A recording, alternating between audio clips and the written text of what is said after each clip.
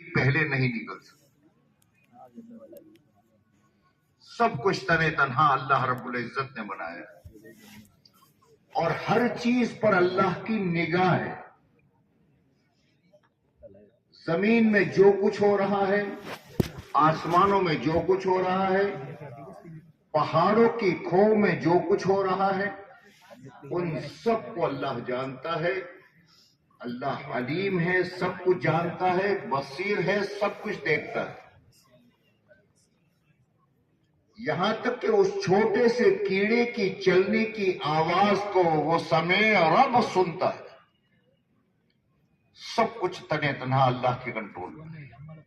اور ساری مخلوق کو بنانے کے بعد اللہ جل جلالہ من والہ نے یہ فیصلہ فرمایا ہے کہ اے انسان یہ ساری مخلوق میں نے تیرے لیے بنائی. زمین تیرے لیے، آسمان تیرے لیے، سورج تیرے لیے، چاند تیرے لیے، ستارے تیرے لیے، دریا تیرے لیے، پہاڑ تیرے لیے. جو کچھ میں نے بنایا ہے اے انسان تیرے لیے بنایا، لیکن تجھے میں نے اپنے لیے بنایا. لا یسونی ارضی ولا سمائی، اتنی بڑی زمین ہے لیکن اس میں طاقت نہیں ہے کہ وہ مجھے سہار سکے. اتنا بڑا آسمان ہے، اس میں وہ طاقت نہیں ہے کہ وہ مجھے سہار سکے. لیکن ولیکن یسعنی قلب عبد مومن، مومن بندے کا دل ہے جو مجھے سہار سکے. اے انسان میں نے تجھے اپنے لیے بنایا اور پوری کائنات کے نظام کو میں نے تیری بنیاد پر رکھا ہے. دنیا میں سیلاب آئیں گے تو تیری بنیاد پر، دنیا میں فساد ہوگا تو تیری بنیاد پر، دنیا میں امن قائم ہوگا تو تیری بنیاد پر. دنیا میں جو کچھ ہوگا یہ جانوروں کے پر نہیں، اے انسان تیری بنیاد پر. تیرے اعمال میرے کہنے کے مطابق ہوں گے تو اس زمین کو میں جنت کی نظیر بنا دوں گا. سارے لوگوں کے دل ایک فیملی کی طریقے سے بنا دوں گا. بارش اپنے وقت پر آئے گی. سمندروں میں ہمت نہیں ہوگی کہ ایک انسان کو ڈبو سکے. لیکن اے انسان تو نے اگر میری مرضی کے خلاف کر دیا تو پھر کائنات میں صرف و ٹول ہوں گے، لڑائیاں ہوگی، فسادات ہوں گے، سمندروں میں طوفان آئیں گے. ایک ایک سونامی کا نام لو یا جو نام لو، لاکھوں کو اٹھا کر کے سمندر میں بہا کر برباد کر دوں گا. اگر میری مرضی کے خلاف ہے انسان تو دنیا میں چلا اور تیرے گناہ بڑھتے بڑھتے میری مرضی کے خلاف بہت بڑھ گئے تو پھر اس زمین کو میں ہلا دوں گا. آسمان سے بے وقت بارشیں لاؤں گا، طوفان لاؤں گا. یہ سارا جو کچھ ہوگا اے انسان صرف تیرے پر. اس لیے تو اس بات کو سمجھ لے اے انسان کہ دنیا میں عزت کسی کے ہاتھ میں نہیں ہے اور عزت کہیں سے نہیں آتی. ذلت کسی کے ہاتھ میں نہیں ہے، ذلت کہیں سے نہیں آتی. چین اطمینان کسی کے ہاتھ میں کائنات پہ نہیں ہے، وہاں سے نہیں آتا. اے انسان جو کچھ تیرا ہو رہا ہے تیرے بدن سے نکلنے والے اعمال کی بنیاد پر ہوگا.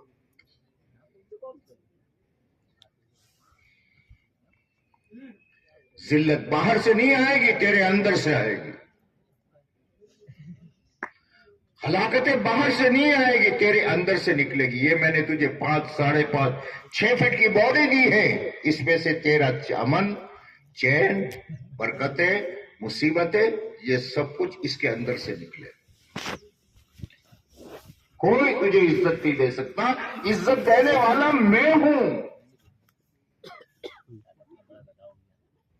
ذلیل کرنے والا میں ہوں. میں چاہوں گا تو فرعون کو تخت پر بٹھا کر، قارون حامان کو وزارت کی کرسی پر بٹھا کر، نمرود کو اس زمانے کا بادشاہ بنا کر، قارون کو سونے چاندی میں رکھ کر میں چاہوں گا تو اسے وہاں رکھ کر ذلیل کر دوں.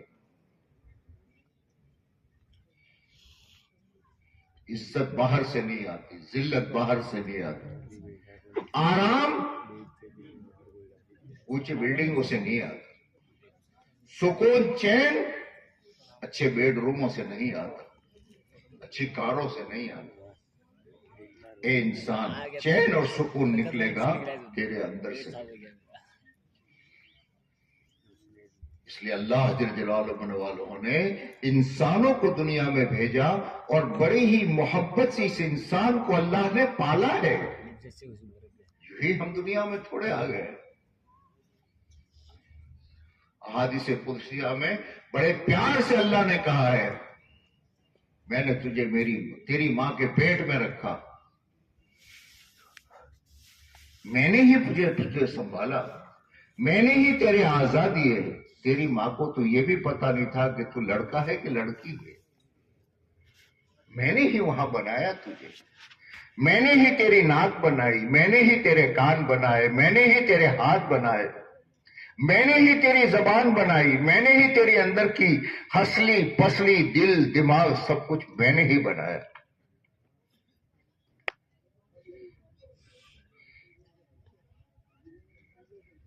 میں نے ہی سب کچھ کیا. اور پھر جب دنیا میں تیرے آنے کا وقت اور وہاں 5 مہینے پر تیرے اندر میں نے روح ڈالی. 5 مہینے تک تو تیرے وہاں کچھ نہیں تھا، نہ دکان نہ کھیت نہ کچھ نہیں. میں نے تیری روزی کا انتظام کیا.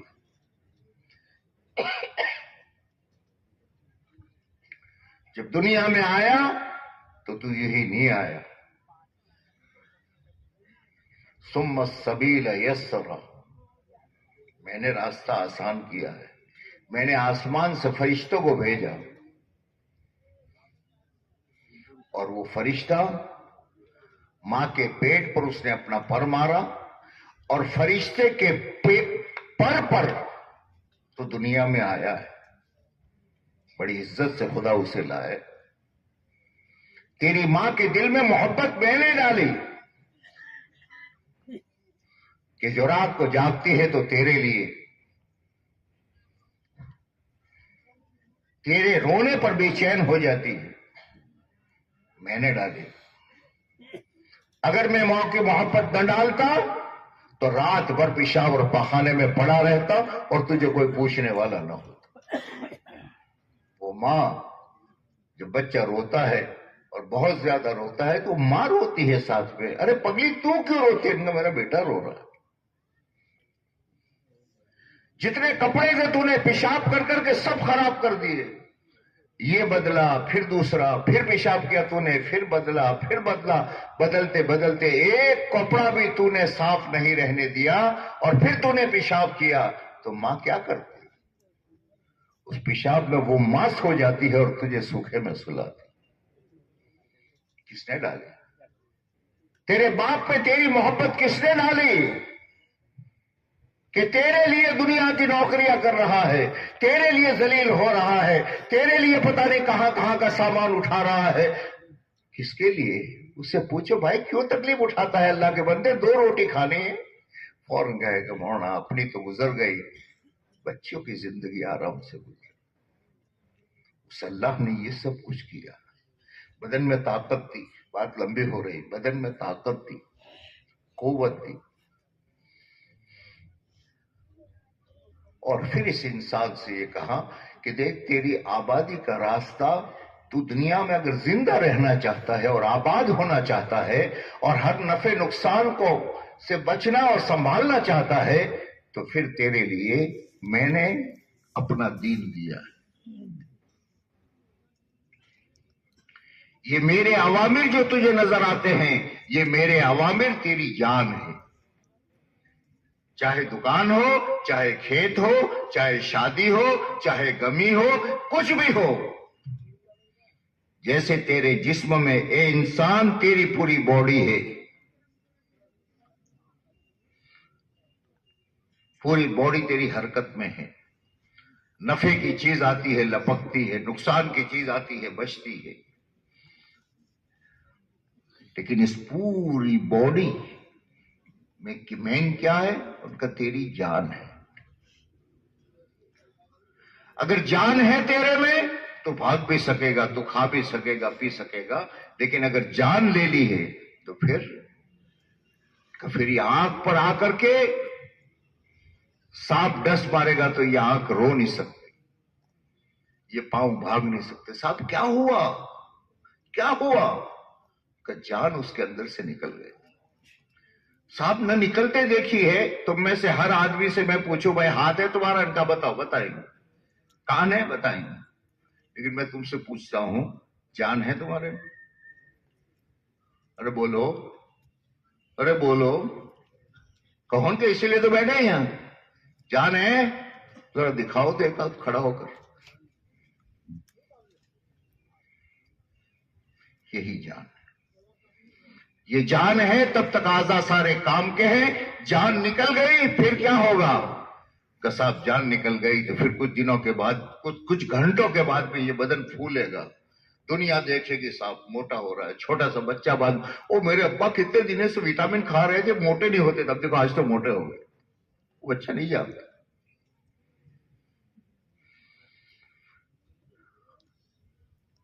اگر اس کو جلدی سے دفن کیا تو ٹھیک ہے، پھر یہ موٹا ہوتے ہوتے ہوتے پھر پھٹے گا. او بچے، اے بچے بھائی بیٹھ،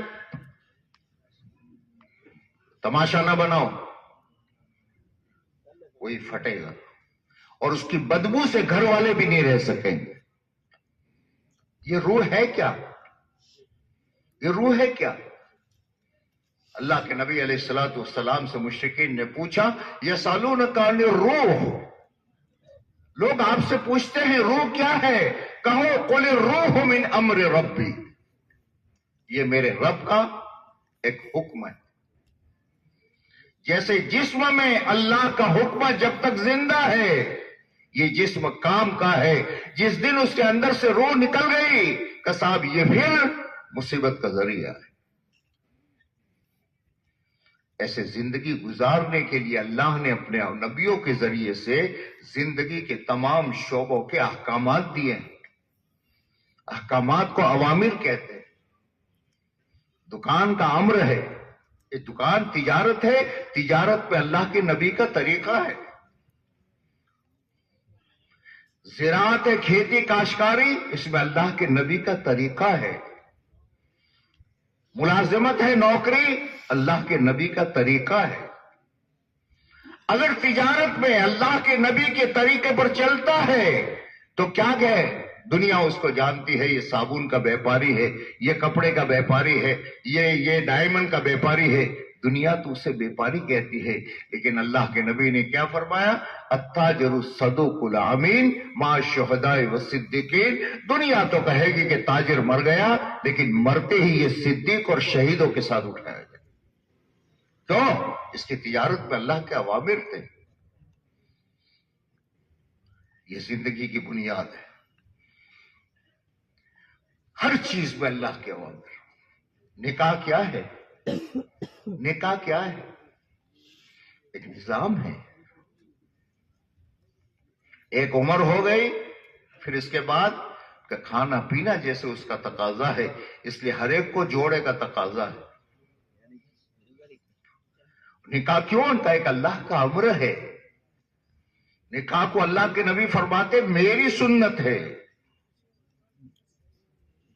میری سنت. نکاح کی غرض و غایت کیا ہے؟ تاکہ دونوں میں سے ہر ایک لتسکنوا الیہا، دنیا بھر کا تھکا ہارا پریشان، لیکن اپنے گھر میں اپنی بیوی اور اپنے گھر میں پہنچا تو سب سکون ملے. وجعل بینکم مودۃ ورحمہ، دونوں کے درمیان میں محبت اور رحمت بنا دی. ایک کو دوسرے کا لباس بنا دیا. آدمی بڑا ہو گیا، بالغ ہو گیا، تو پھر اس کے سطر کو بہن نہیں دے سکتی، ماں نہیں دیکھ سکتی، بھائی نہیں دیکھ سکتا. جس ماں نے پالا ہے وہ ماں بچے کے بالغ ہونے کے بعد ماں بچے کے سطر کو نہیں دیکھ سکتی. لیکن ایک پرائی کو حق تعالی شانہ نے نکاح کے ذریعے سے جوڑا. ان کا بیوی کا تو اس کا لباس ہے، وہ تیرا لباس.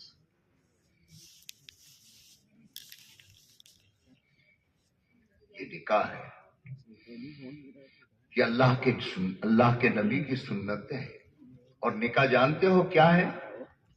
یہ تو ہماری نادانی اور جہالت کی وجہ سے ہم نے رسوم بنا لیے ہیں. نکاح کا طریقہ اللہ کے نبی نے دیا ہے، اور نکاح عبادت ہے. اسے سمجھو، جیسے نماز عبادت ہے. چاہے میمن ہو، چاہے مومن ہو، چاہے سید ہو، چاہے مغل ہو، چاہے شیخ ہو، اور چاہے کوئی بھی ہو، عربی ہو اجمی ہو. کیا بھائی نکاح نماز کا طریقہ قوم کے اعتبار سے ہے یا اللہ کے نبی کے طریقے سے؟ بولو. سیدھی بات. کوئی بھی ہوگا مغرب 3 پڑھے گا، کوئی بھی ہوگا قبلے کی طرف. کیوں؟ عبادت ہے، اور عبادت کا طریقہ آسمان سے آتا ہے. جیسے نماز عبادت ہے، روزہ عبادت ہے، ویسے زکات، ویسے نکاح عبادت ہے. اور یہ ایسی عبادت ہے کہ جو عام طور پر آدمی اپنی جوانی سے شروع کرتا ہے اور موت پر ختم ہوتی ہے. باقی تمام روزہ کچھ گھنٹوں کا، نماز کچھ منٹوں کی، لیکن یہ عبادت ہے. یہ نکاح اگر آدمی ایسے کرے گا جیسے اللہ کے نبی نے فرمایا تو پھر گھر میں برکتیں آئے گی، برکتیں آئے گی، رحمتیں آئے گی. میاں بیوی کے لیے، بیوی میاں کے لیے سکون اور چین کا سامان ہوگا. اولاد آنکھوں کی ٹھنڈک ہوگی. اور اگر اس نکاح کے اندر سے اللہ کے رسول صلی اللہ علیہ وسلم کے طریقے کو نکال دیا تو جیسے انسان کے اندر سے جان نکل گئی. اب کیا ہے؟ دکھے گا موٹا ہوتا. نکاح اللہ کے نبی کے طریقے سے ہٹ کر دنیا کے اندھے لوگوں کا، عیسائیوں کا، یہودیوں کا، پتہ نہیں کن کن کے طریقوں کو اختیار کیا تو پھر کیا ہوگا؟ کیا ہوگا بھائی؟ اس نکاح میں سے جان تو نے نکال دی. دکھے گا میرا بیٹا یو گھوڑے پر سوار ہوا، گدھے پر سوار ہوا، دنیا دیکھ رہی ہے کھلا ہے اور کھلا ہے، لیکن پھر شوہر بیوی سے توبہ مانگ رہا ہے اور بیوی شوہر سے توبہ مانگ رہا ہے. وجہ کہ جو شادی کا امر تھا اسے نکال دیا. بس آخری بات کہہ دوں، عام طور پر سنو، عام تو اے جوانوں، شادی والوں میری بات سنیو.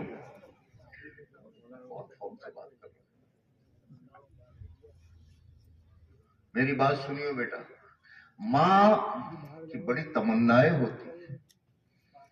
ماں بہت چاہتی ہے بیٹے پر جان لگانے کے لیے، بیٹے پر جان لگانے کے لیے. باپ لیکن اپنی اندھی محبت میں صاحب میرا بیٹے کی شادی ایسی ہو جائے جیسے کسی کی نہیں ہوئی، میری بیٹی اس طریقے سے جائے کہ جیسے بڑی عزت سے. اس چکر میں یہ اللہ کے نبی کے طریقوں کو چھوڑ دیتے. پتہ نہیں کہاں کہاں سے رسمیں لاتے. میرے نبی کا پیارا طریقہ پتہ نہیں یہ کہاں کہاں سے رسمیں لاتے. یہ کرو، یہ کرو، یہ کرو. بیٹے کی زندگی میں مصیبت یہ ڈالتے، اس لیے کہ بھگتنا کس کو ہے؟ بیٹا اور بیٹی کا نکاح ہوا، اس پہ نبی کے طریقے کو مانے یا باپ نے چھوڑوایا، بھگتنا تو اس بیٹے کو ہے، بھگتنا اس بیٹی کو ہے. بے برکتی آئے گی تو اس میں آئے گی.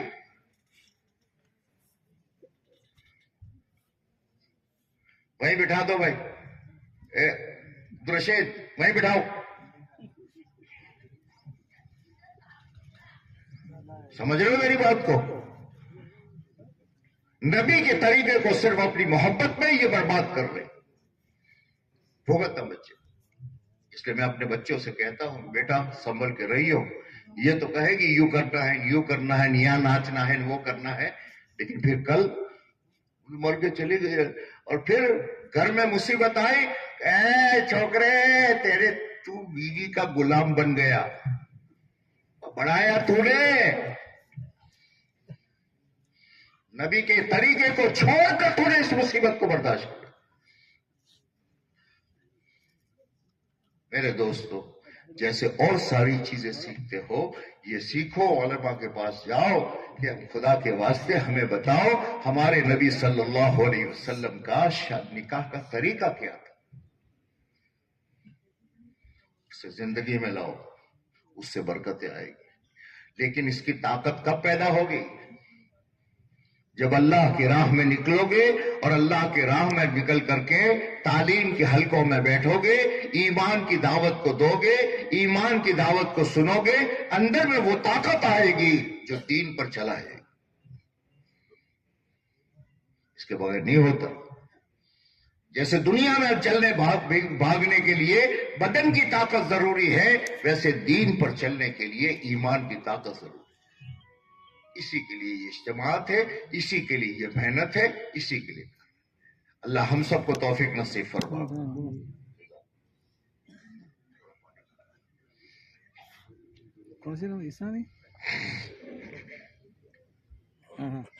ایک بات پورے مجمع سے میں عرض کر دوں اور خصوصاً ہمارے بچوں سے ہی. دیکھو اس وقت میں بیٹھوں، ہر ایک کا بھلا چاہو، خود غرض نہیں بننے کا. میرا نکاح ہو گیا صاحب، میں نے قبول کی کہہ دی، اب تمہارے جو کرنا ہو کرو، چلو تو اس کو ملنے والے چل رہے اور پورے مجمع میں انتشار ہو رہا. بالکل نہیں. بیٹھو، آخر میں اس مجمع کی دعا لے کر جاؤ، تمہارا ہو جائے. بیٹھے رہو اپنی جگہ پر، کوئی انتشار کوئی یہاں نہ اٹھے. بقیہ مجمع سے میں عرض کرتا ہوں کہ مسلمان پر حق ہے. اس میں کا ایک حق یہ ہے کہ مسلمان کی خوشی میں شریک. اگر کوئی ضروری تقاضا نہیں ہے آخر تک بیٹھو، ہے کوئی تقاضا مجبوری ہے تو چپکے سے اٹھو، کوئی انتشار نہ کرو گے بھیا. اللہ خوش رکھے.